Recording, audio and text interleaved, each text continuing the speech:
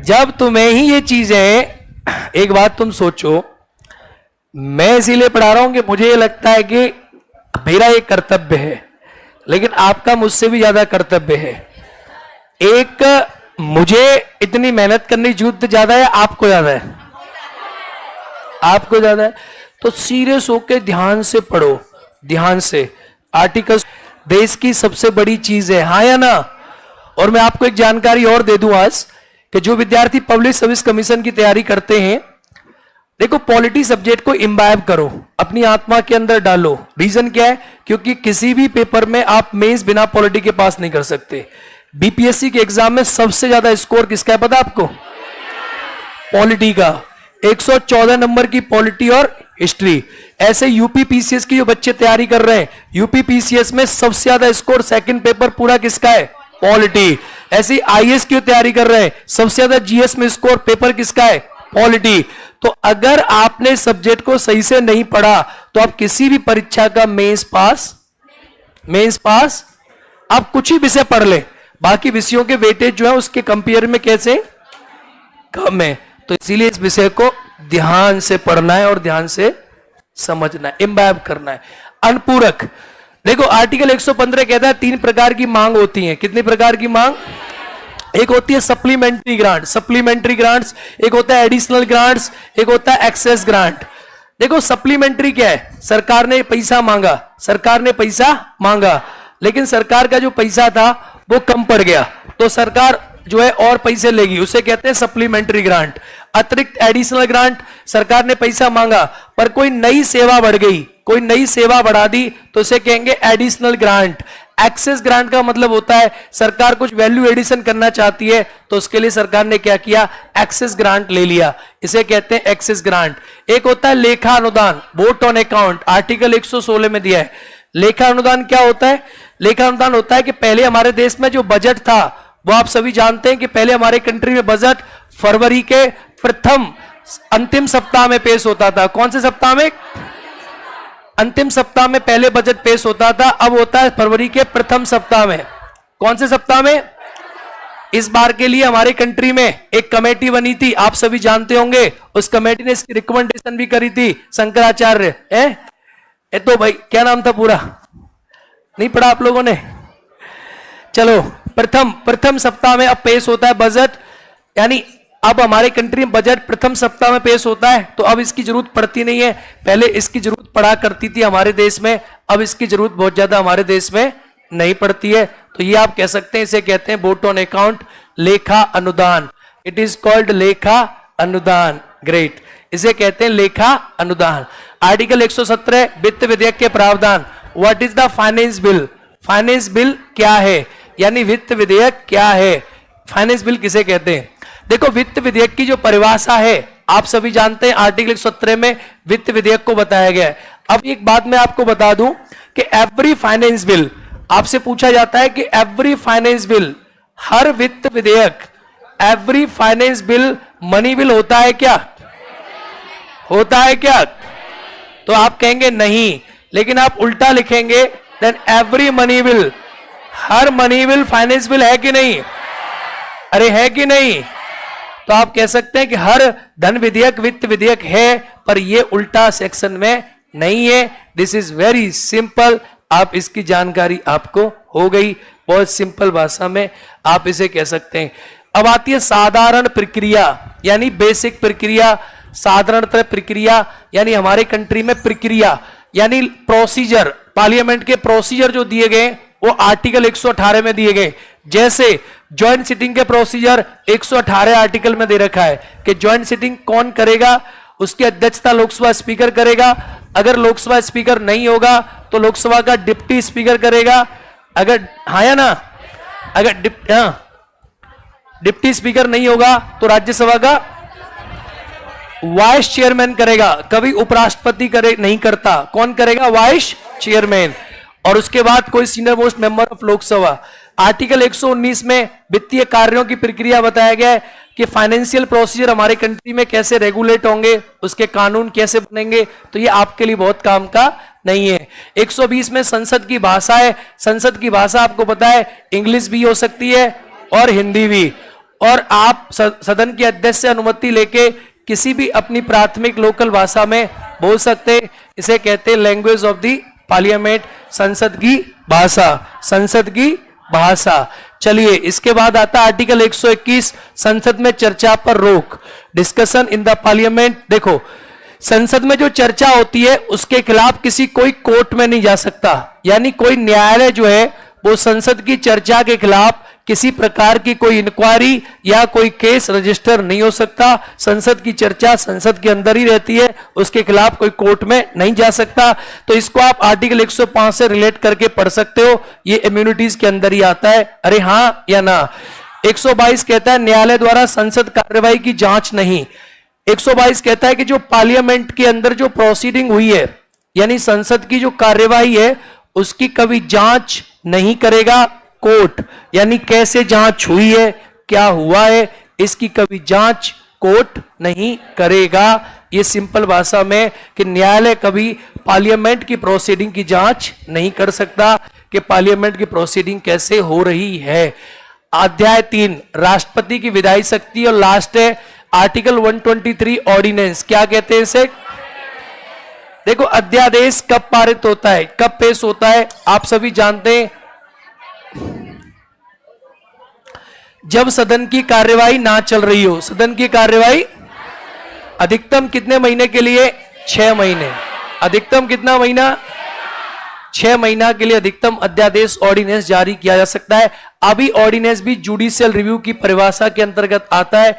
न्यायालय इसका भी क्या कर सकता है? रिव्यू कर सकता है। जुडिशियल रिव्यू इसका किया जा सकता है। Time for the break, time for the break. मैं ऑनलाइन के विद्यार्थियों से कहना चाहता हूं कि थोड़ा सा हम ब्रेक लेंगे। आपकी क्लास ऑफ नहीं होगी, आपकी क्लास चलती रहेगी। थोड़ा सा ब्रेक है, यानी ब्रेक अप्रोच 5 मिनट का है, तो 5 मिनट का ब्रेक है।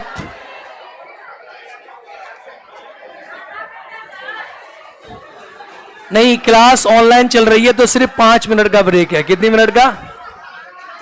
5 मिनट का।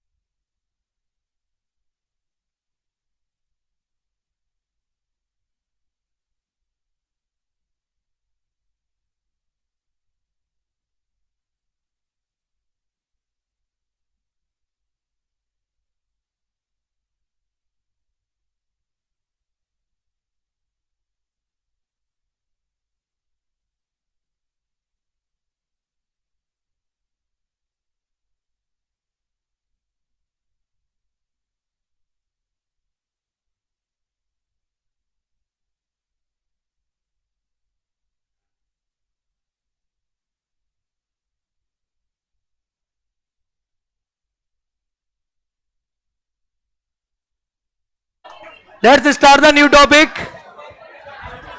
Supreme Court, Supreme Court, Supreme Court. लो मैं सबको ऑटोग्राफ दे रहा हूं। This is my autograph to all. ये सभी को ऑटोग्राफ दे रहा हूं, ये मेरा ऑटोग्राफ है। और साथ में लिखा है आप सभी क्या बने? ऑफिसर्स बने। क्या बने? चलो ये आप सबके लिए, for all of you, all of you. ठीक है, आप सभी अधिकारी बने। मैं पूरी उम्मीद करता हूं कि आप सभी इस देश की सेवा करें, अच्छे नागरिक बने। चलिए आइए शुरू करते हैं फटाफट से। जल्दी जुड़ जाए फटाफट से। संसद, ये क्या है अब हमारा, अब कौन सा आर्टिकल आएगा? 123 तक खत्म हो गया। 123 के बाद अब शुरू करते हैं आर्टिकल 124। आर्टिकल 100। ऑनलाइन वाले विद्यार्थी एक बार जुड़ जाएं फटाफट से। आर्टिकल 124 से शुरू होता है आपका supreme court. Supreme court, supreme court, ठीक है। चलिए, सुप्रीम कोर्ट। यूट्यूब के विद्यार्थी हमारे सभी जुड़ जाएं एक बार। इसका पीडीएफ मिल जाएगा बेटा आप लोगों को। Thank you, thank you, thank you.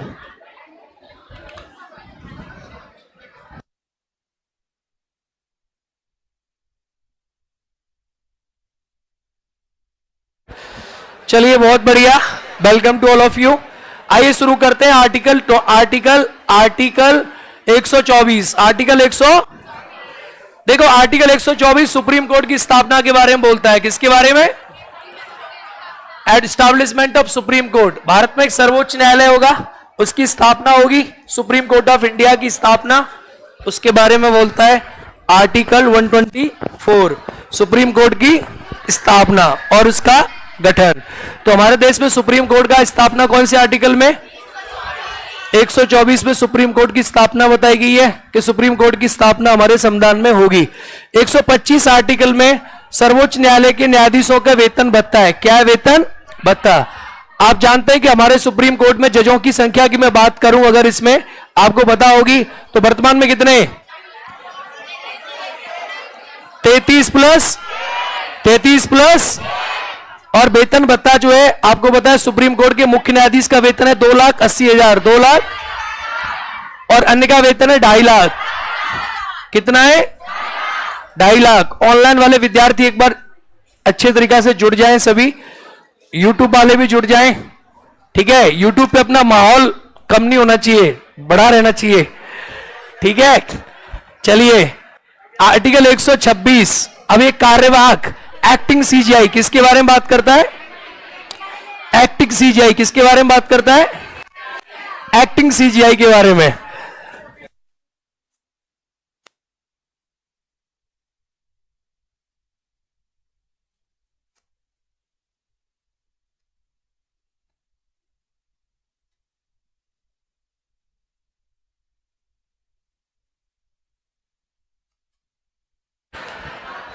कार्यवाहक 5,000 बच्चे तो कम से कम लाइव रहने चाहिए। जितने हमारे ऑफलाइन में उतने तो होने चाहिए लाइव, ठीक है। लेकिन हमारे एप्लीकेशन पे जो है 7,000 हो गए। अच्छा, तो चलो 10,000 करो अब लाइव। हमारे 10,000 बच्चे तो लाइव होने चाहिए। जितने हमारे एप्लीकेशन पे बेचारे देख रहे हैं वो बेचारे तुम्हारे ऐप में लाइव है। तो चलिए शुरू करते हैं भाई, चलो आइए। अनुच्छेद 126 कार्यवाहक किसके बारे में बोलता है? एक्टिंग। देखो, एक्टिंग चीफ जस्टिस की नियुक्ति राष्ट्रपति करता है। कौन करता है? कौन करता है? याद रहे, एक्टिंग चीफ जस्टिस की नियुक्ति हमेशा प्रेसिडेंट करता है। कौन करता है? राष्ट्रपति एक्टिंग चीफ प्रेसिडेंट की नियुक्ति करता है, राष्ट्रपति करता है, प्रेसिडेंट ऑफ इंडिया करते हैं। अगली बात, जो देखो एडहॉक जज है, यहां लिखा है एडहॉक जज। क्या लिखा है? इसे कहते हैं तदर्थ न्यायाधीश। क्या कहते हैं? एडहॉक जज की नियुक्ति हमेशा सर्वोच्च न्यायालय का मुख्य न्यायाधीश करता है। कौन करता है? दोनों में अंतर क्या है? एक्टिंग चीफ जस्टिस होता है, ये मुख्य न्यायाधीश होता है, और इसकी नियुक्ति राष्ट्रपति करता है।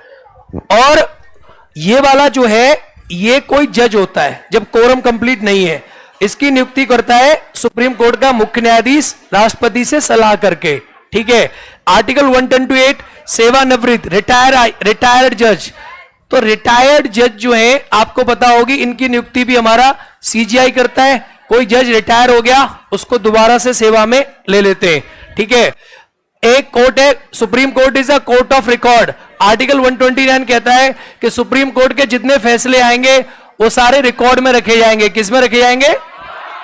आप देखते हैं सुप्रीम कोर्ट के फैसले आते हैं तो रिकॉर्ड होते हैं, किताबें लगी होती हैं, क्योंकि सुप्रीम कोर्ट अभिलेखों का न्यायालय है। इसका कोई भी जो कोई भी जो फैसला आएगा उसकी अवमानना नहीं की जाएगी। Supreme court is the court of record. Supreme court is the court of record.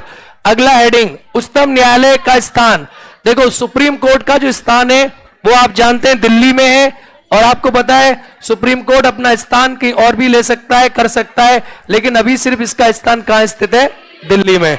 Supreme court ने पहले मीटिंग वगैरह की है पहले बाहर, लेकिन इसका स्थान कहां है? दिल्ली में। अब पढ़ेंगे आर्टिकल 131। कहां तक पहुंच गए हम? 130 खत्म। आप आर्टिकल का नाम बोलते जाएं। अगला नेक्स्ट आर्टिकल क्या है? 131 सुप्रीम कोर्ट के जुरिडिक्शन के बारे में। तो सुप्रीम कोर्ट का जो क्षेत्राधिकार है वो आरंभिक क्या होता है? जब सुप्रीम कोर्ट का प्राइमरी या इनिशियल, तो सुप्रीम कोर्ट क्या सुनता है? यानी स्टेट के बीच की लड़ाई सिर्फ कौन सुनेगा? स्टेट और सेंटर की लड़ाई कौन सुनेगा? कौन सुनेगा? ये सब सुप्रीम कोर्ट के पावर है, आपको पता है। तो सुप्रीम कोर्ट की आप कह सकते हैं प्राइमरी जुडिक्शन है, ओनली प्राइमरी जुडिक्शन, सिर्फ सुप्रीम कोर्ट सुनता है। ऐसी बहुत सारी चीजें। अब आती है अपीलेट जुडिक्शन। इसमें आर्टिकल 132 क्या आता है? 132 संवैधानिक मामलों में अपील। कोई कॉन्स्टिट्यूशनल मैटर होगा, कोई संवैधानिक मामला होगा या इंटरप्रिटेशन ऑफ लॉ छुपा होगा, उस कॉन्स्टिट्यूशनल मैटर की सुनवाई सुप्रीम कोर्ट करेगा। ये उसमें अपीलेट जुरिडिक्शन है, आप अपील करके जा सकते हो। प्रारंभिक का मतलब होता है सिर्फ सुप्रीम कोर्ट के पास ये पावर है, ठीक है। प्राइमरी, ओरिजिनल, इसे कई नामों से जानते हैं। प्रारंभिक पूछ लेगा, अपील ये पूछ लेगा, या आपसे पूछ लेगा मूल क्षेत्राधिकार। क्या पूछ लेगा? पढ़ाया ना मैंने? बहुत बढ़िया। आर्टिकल 132 संवैधानिक मामलों में अपील सुनता है। आर्टिकल 133 सिविल मामले। कैसे मामले? दीवानी मामलों में सर्वोच्च न्यायालय का अपील सुनने का अधिकार। Appeal in civil matters, appeal in civil matters. और यह होता है फौजदारी मामले। कौन से होते हैं? कौन से होते हैं? यानी फौजदारी मामलों में सर्वोच्च न्यायालय का अपील सुनने का अधिकार। Appeal in criminal matter. मिल रहा है ना? ये तो आपको मिल रहा है ना? 134 133 करेक्ट है, बहुत बढ़िया। 135 में कहा गया है फेडरल न्यायालय। आर्टिकल 135 के जो फेडरल न्यायालय था भाई, 1935 में फेडरल न्यायालय बना था। वो फेडरल न्यायालय खत्म होने के बाद उसकी पूरी पावर किसके अंदर आ गई? सुप्रीम कोर्ट के अंदर आ गई। किसके अंदर आ गई?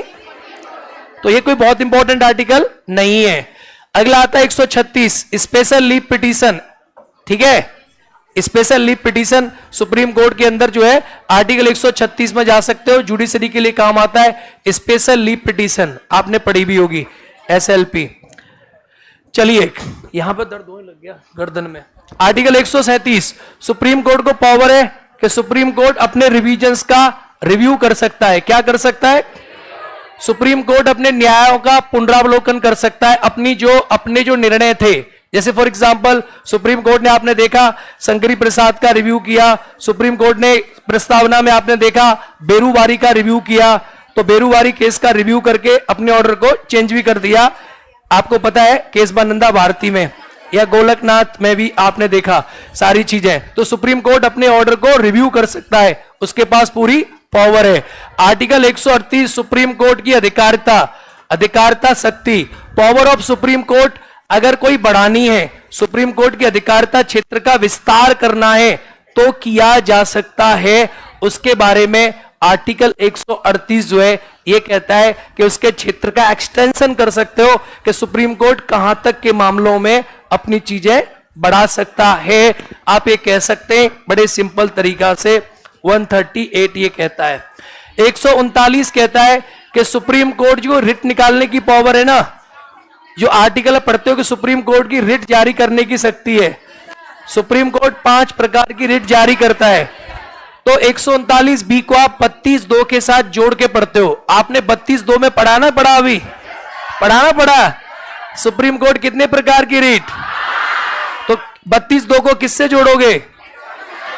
139 कुछ मामलों का अंतरण, कुछ मामले हाई कोर्ट से ट्रांसफर, यानी transfer of certain cases from high court, कि अगर सुप्रीम कोर्ट कुछ मामलों को हाई कोर्ट से ट्रांसफर कर लेता है अपने पास सुनने के लिए, तो इसे कहते हैं ट्रांसफर पावर। आपके बहुत ज्यादा काम का नहीं है। अगला आर्टिकल देखेंगे तो, लेकिन मैं सब बता रहा हूं आपको, वैसे पता ही होगा ये कि हाई कोर्ट के मामले सुप्रीम कोर्ट अपने पास मुलाकात लेता है, ट्रांसफर ऑफ द केसेस इसे कहते हैं। अगला वाला, अब ये आर्टिकल 140 ये है पावर ऑफ पार्लियामेंट एक्ट, अनुसांगिक शक्तियां, यानी जो ऐसी कुछ विशेष, बारिश हो रही है ना, ऐसी कुछ विशेष पावर है, ऐसी कुछ विशेष चीजें कि जिनको पार्लियामेंट प्रोवाइड कर सकता है। अनुसांगिक का मतलब होता है कुछ और विशेष शक्तियां संसद लॉ बनाकर इसके बारे में प्रावधान कर सकता है। 141 कहता है सुप्रीम कोर्ट की विधि भारत के सभी न्यायालयों पर लागू होगी, यानी भारत, एक तो supreme court court of record है, दूसरी चीज सुप्रीम कोर्ट जो भी कानून का निर्णय देगा वो कानून जो होगा सुप्रीम कोर्ट का, वो सभी इंडिया के जितने कोर्ट हैं सब पर जो है बाइंडिंग होगा, because supreme court is the supreme. क्या है supreme court? Supreme court supreme है, तो सुप्रीम कोर्ट के जो ऑर्डर है वो सब पर कंपलसरी बाइंडेड होंगे। आर्टिकल 142 कंप्लीट जस्टिस की बात करता है, इसे कहते हैं the concept of complete justice, यानी पूर्ण न्याय। अब पूर्ण न्याय का मतलब है कि हमारे देश में आपको हर प्रकार से पूर्ण न्याय के अंदर बहुत सारी चीजें आती हैं, जैसे आप ये सारी चीजें जो पढ़ रहे हो ना, जैसे आपने रिट पढ़ ली, बहुत सी चीजें पढ़ ली, तो कॉन्सेप्ट ऑफ कंप्लीट जस्टिस है, यानी आपको पूर्ण तरीका से न्याय जो है ये मिलेगा। It is called concept of complete justice, पूर्ण न्याय। आपको ये तो इतना आपके काम का नहीं है, बस कंप्लीट जस्टिस आपसे पूछ सकता है कि पूर्ण न्याय का सिद्धांत हमारे संविधान में कहां दिया गया है। अगला आता है आर्टिकल 143, उच्चतम न्यायालय से परामर्श करने की राष्ट्रपति की शक्ति। ये इंपॉर्टेंट है, ये कैसा है? इंपॉर्टेंट है, तो इंपॉर्टेंट समझने। आर्टिकल 143 में राष्ट्रपति जो है, आपको पता होगा प्रेसिडेंट जो है वो सुप्रीम कोर्ट से किसी लीगल मैटर पे एडवाइस कर सकता है, उसकी सलाह ले सकता है। यहां सुप्रीम कोर्ट सलाह दे सकता है, राष्ट्रपति उसे मानने के लिए बाध्यकारी नहीं है, सुप्रीम कोर्ट भी सलाह देने के लिए बाध्यकारी नहीं है। अगर मामला प्री कॉन्स्टिट्यूशनल है तो सलाह देगा, अगर मामला पोस्ट कॉन्स्टिट्यूशनल है तो सलाह देने के लिए बाध्यकारी नहीं है, बाध्यकारी नहीं है। ठीक है, बात समझ गए नहीं समझे? इसे आप कहते हैं परामर्श करने की शक्ति। आर्टिकल 144 सिविल और न्यायिक प्राधिकारी सुप्रीम कोर्ट की सहायता कार्य, यानी ये बताया कि सुप्रीम कोर्ट एड ले सकता है, सहायता ले सकता है, उसके बारे में है। सिविल और न्यायिक प्राधिकारी सुप्रीम कोर्ट की सहायता के लिए सुप्रीम कोर्ट रख सकता है ऐसे बहुत से लोगों को जो सुप्रीम कोर्ट की मदद करेंगे, ये आपके काम का नहीं है, आप छोड़ सकते हैं। 145 न्यायालय के नियम संसद विधि अधीन राष्ट्रपति से अनुमोदन, यानी जो लॉ बनेंगे, presidential subjection act of parliament, जो न्यायालय के नियम बनेंगे वो नियम पार्लियामेंट बना सकता है राष्ट्रपति के बाद, और वो नियमों से न्यायालय जो है ये चलते हैं। ये आप बड़ी सिंपल सी बात, आपके काम का इतना ज्यादा नहीं है। आर्टिकल 146 जो है ये सुप्रीम कोर्ट को पावर देता है कि सुप्रीम कोर्ट अधिकारी और सेवकों की नियुक्ति कर सकता है। देखा, सुप्रीम कोर्ट में वैकेंसी निकलती है, हाँ या ना, और सुप्रीम कोर्ट अपने अधिकारियों की नियुक्ति सीजीआई करता है, और उनका जो वेतन होता है वो आपको पता है भारत की संचय निधि से दिया जाता है। तो सुप्रीम कोर्ट अपने अधिकारियों की अपॉइंटमेंट कर सकता है। This is the basic point. Article 147 interpretation of निर्वचन, यानी हमारे संविधान के निर्वचन के बारे में बताया गया है। इंटरप्रिटेशन ऑफ कॉन्स्टिट्यूशन करने की पावर हमारे सुप्रीम कोर्ट के पास है। अगला अब आता है सीएजी, तो यहां हमारा ये जो है आप ये कह सकते हैं सुप्रीम कोर्ट के सारे आर्टिकल क्या हो गए आपके, क्या हो गए आपके? ये था आपका सर्वोच्च न्यायालय, सुप्रीम कोर्ट। आपने बहुत सारी चीजें इसके बारे में एक्स्ट्रा भी पढ़ी हैं। अब आता है सीएजी, कौन आता है? नियंत्रक और माले का परीक्षक। देखो जो सीएजी है ना, इसके बारे में पहला क्वेश्चन बनता है कि ये सीएजी जो है इसकी नियुक्ति कौन करता है? कौन करता है? और सीएजी की नियुक्ति राष्ट्रपति करता है। ये इसको बर्खास्त करते हैं सुप्रीम कोर्ट के न्यायाधीश की तरह। अरे हाँ या ना, अरे हाँ या ना, बहुत सिंपल बात है। सुप्रीम कोर्ट के न्यायाधीश को बर्खास्त करने के लिए लोकसभा राज्यसभा में ला सकते हैं। लोकसभा में 100, राज्यसभा में 50 और 2/3 का बहुमत चाहिए, और एक समिति भी बनती है। 2/3 का जो बहुमत चाहिए वो किसका चाहिए? टोटल का या प्रेजेंट वोटिंग का? यस, ठीक है, राष्ट्रपति से अलग है, राष्ट्रपति से अलग है। राष्ट्रपति में 2/3 कुल का चाहिए जितनी संख्या है हमारे संसद की, तो इसका राष्ट्रपति से अलग है। राष्ट्रपति की प्रक्रिया अलग है और सुप्रीम कोर्ट के न्यायाधीशों की अलग है। जो सुप्रीम कोर्ट के न्यायाधीशों की प्रक्रिया है वो सेम प्रक्रिया सीएजी की है। सुप्रीम कोर्ट के अभी किसी न्यायाधीश को पद से नहीं हटाया गया है आज तक। अगला चीज, अब आप देखेंगे सीएजी के कर्तव्य क्या है। तो सीएजी आप जानते हैं कि भारत में ऑडिट करता है। क्या करता है? ऑडिट। पहले अकाउंटिंग भी करता था, अब ऑडिट करता है। अकाउंटिंग 1976 से 42 में संविधान संशोधन से खत्म कर दी गई। अब सिर्फ ये ऑडिट करता है। भारत सरकार का और राज्य सरकार का दोनों का ऑडिट करने की पावर, यानी आप भारत सरकार की बात करें और राज्य सरकार की बात करें, दोनों का ऑडिट करने की पावर हमारे सीएजी के पास है। अनुच्छेद 150 रंग राज्य लेखा का प्रारूप। देखो जो प्रारूप बनते हैं ना, इसका मतलब क्या है? जैसे आप अपना खाता लिखते हो, आप अपनी बही बनाते हो कि मैंने 50 रुपए खर्च किए, 100 रुपए खर्च किए, उसका ऑडिट होता है, घर वाले करते हैं। तो बही कैसे बनेगी उसका प्रारूप बताता है सीएजी। कौन बताता है? या उसका प्रारूप कैसा रहेगा, आप बही कैसे बनाओगे, उसको ये ऑडिट करता है। यह है article audit review report. CAG अपनी रिपोर्ट राष्ट्रपति को देता है। किसको देता है? और राष्ट्रपति इसकी रिपोर्ट को संसद में रखवाता है। कहां रखवाता है? और संसद से इसकी जो रिपोर्ट है वो लोक लेखा समिति के पास जाती है। अरे हाँ या ना? तो ये अपनी रिपोर्ट राष्ट्रपति को सौंपता है। और सीएजी ने भारत के अंदर बहुत प्रकार के घोटाले पकड़े, आप इस बात को अच्छे प्रकार से जानते हैं। अब आता है भाग 6 राज्य सरकार या राज्य। क्या आता है? राज्य। इतनी देर से आप क्या पढ़ रहे थे? भाग 5। अब क्या आता है? भाग। यहां महावीर स्वामी है या नहीं है? बोलो हाँ या नहीं है? तो महावीर स्वामी जो है ये भी ध्यान कर रहे हैं और वहां वो भी ध्यान कर रहे थे। तो यह है भाग 6। इसमें स्टेट के बारे में आर्टिकल पढ़ेंगे 152 से 237। 152 से 237 सब समझ में आ रहा है? आवाज मोटा आता है सर जी, आवाज थोड़ा पतला कर दोगे क्या? हमार आवाज वा खराब है, थोड़ा पतला कर दो, आजकल थोड़ी खराब चल रही है। सारे ऑफलाइन वालों की तैयारी गर्दा है, एक लिख रहा है, पर पतली कर दी ना? हाँ, पतली करके बढ़ा दो, लेकिन यानी पतली और तेज आवाज। मोटी आवाज का पिच पतला करना है, मोटा पिच पतला। क्या? चलिए आइए। बहुत बढ़िया, अति उत्तम आवाज आ रही है मुझे अपनी आवाज से खुद।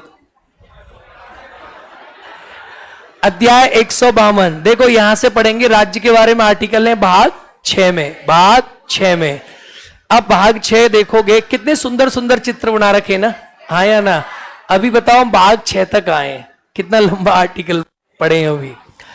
अध्याय 1 सामान्य परिभाषाएं। 152 में बहुत सारी परिभाषाएं दी है, जनरल डेफिनेशंस है, आपकी काम की नहीं है। बहुत सारी परिभाषाएं आप छोड़ सकते हैं, काम की नहीं है। अनुच्छेद 153 में राज्य की कार्यपालिका शक्ति, आप जानते हैं अनुच्छेद 153 में राज्य की कार्यपालिका शक्ति एक राज्यपाल होगा। कौन होगा? अब प्रत्येक राज्य का एक राज्यपाल होगा या 2 राज्यों का भी एक राज्यपाल हो सकता है। 7वें संविधान संशोधन से 2 राज्यों का एक व्यक्ति राज्यपाल हो सकता है। एक व्यक्ति 2 राज्यों का राज्यपाल हो सकता है और एक व्यक्ति एक राज्य का राज्यपाल भी हो सकता है। राज्यपाल जो होता है, जो यूनियन की पावर थी वो राष्ट्रपति में थी, और जो स्टेट की एग्जीक्यूटिव पावर है, राज्य की राज्यपाल का शक्ति किसके अंदर निहित होती है? राष्ट्रपति। तो राष्ट्रपति राज्य की कार्यपालिका का संवैधानिक प्रमुख है, आप कह सकते हैं 154 में। आर्टिकल 155 में राज्यपाल की नियुक्ति है। राज्यपाल की नियुक्ति, अपॉइंटमेंट ऑफ द गवर्नर। यह एक बात ध्यान देनी है आपको कि राज्यपाल का पद 153 में है और नियुक्ति 100। आपसे पूछे राष्ट्रपति राज्यपाल की नियुक्ति करता है तो 100, राज्यपाल का पद 153। 156 राज्यपाल की पदावधि, term of the governor office. देखो राज्यपाल का जो पद है वो आपको पता है till the pleasure of president है, राष्ट्रपति के प्रसाद पर्यंत तक। अरे हाँ या ना? राष्ट्रपति के प्रसाद पर्यंतक पद पर रहता है और इसका दूसरा कार्यकाल ये भी लिखा है 5 साल है सामान्यतः, लेकिन जब राष्ट्रपति चाहेंगे इसे हटा सकेंगे। राष्ट्रपति हटाएंगे on the advice of the council of ministers. चलिए अगला आर्टिकल पढ़ते हैं, राज्यपाल की योग्यता। राज्यपाल की योग्यता आप सब ऑनलाइन देख लो, ठीक है। आज आपका जो है ऑनलाइन देख सकते हो आप, बहुत सारे बच्चे जो पुराना वाला बैच छूटा है, हमारा नया बैच, ठीक है, न्यू बैच छूटा है, अच्छा आप ऑनलाइन देख लेंगे। आर्टिकल 157 राज्यपाल की योग्यता। What is the qualifications of the governor. राज्यपाल की योग्यता क्या है? तो एक सिंपल योग्यता है, भारत का नागरिक और उम्र कितनी होनी चाहिए, कितनी उम्र होनी चाहिए, और भारत का क्या होना चाहिए। तो कोई भारत का नागरिक और उम्र कितनी हो, उम्र कितनी हो, यस, भारत का नागरिक और उम्र कितनी होनी चाहिए, 35 साल। ऐसा आदमी बन सकता है भारत का राज्यपाल। राज्यपाल के पद की शर्तें जैसे आपने राष्ट्रपति में पढ़ी, condition of the governor office, he must not hold any office of the profit, कोई लाभ के पद पे ना हो, और राज्यपाल जो है वो किसी भी सदन का सदस्य नहीं होना चाहिए, सदन का मेंबर, किसी भी सदन का सदस्य नहीं होना चाहिए। And must not hold office of the profit, लाभ के पद पे नहीं होना चाहिए। अरे हाँ या ना, अरे हाँ या ना, अरे हाँ या ना। अब आती है ओथ। क्या आती है? ओथ, शपथ। आपको पता है कि राज्यपाल जो है, राज्यपाल भी शपथ सेम लेता है, संविधान की शपथ लेता है, राष्ट्रपति भी लेता है, उपराष्ट्रपति भी लेता है।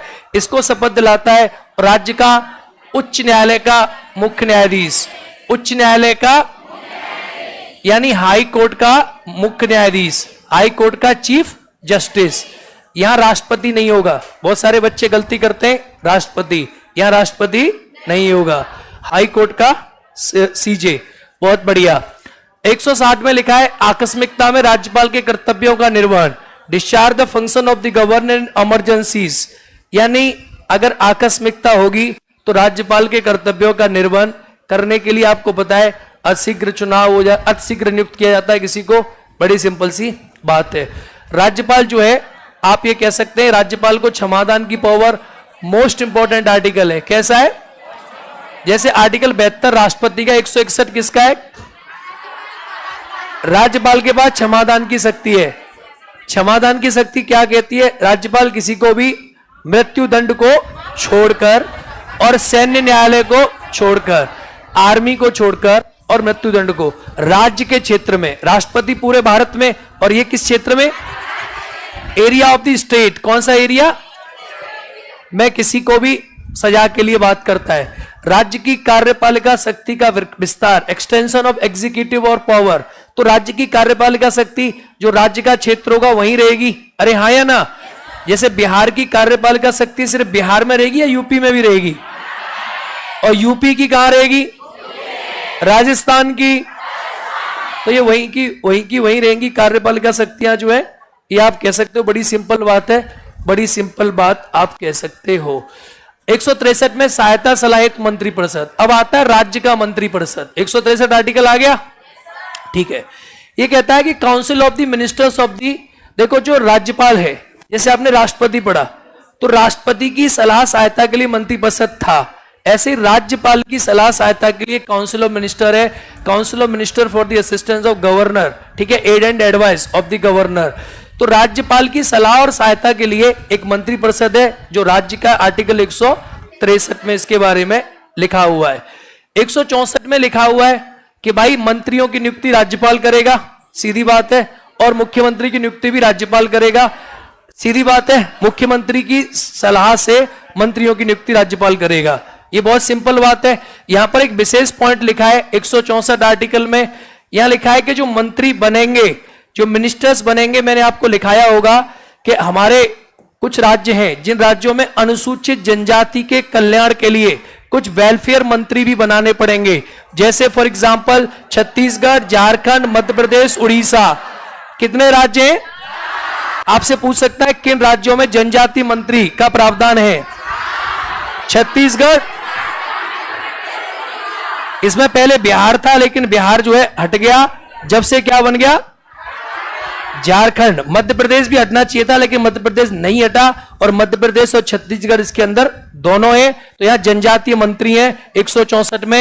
ये स्पेशल क्वेश्चन बन सकता है कि मंत्रियों की नियुक्ति राज्यपाल करता है, इसीलिए मंत्री एक single minister responsible to governor only and the ministers, the group of ministers collectively responsible. आपको पता है किसके लिए?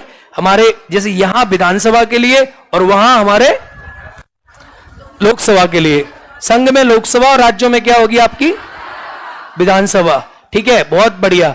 आर्टिकल 165 राज्य का महाअधिवक्ता।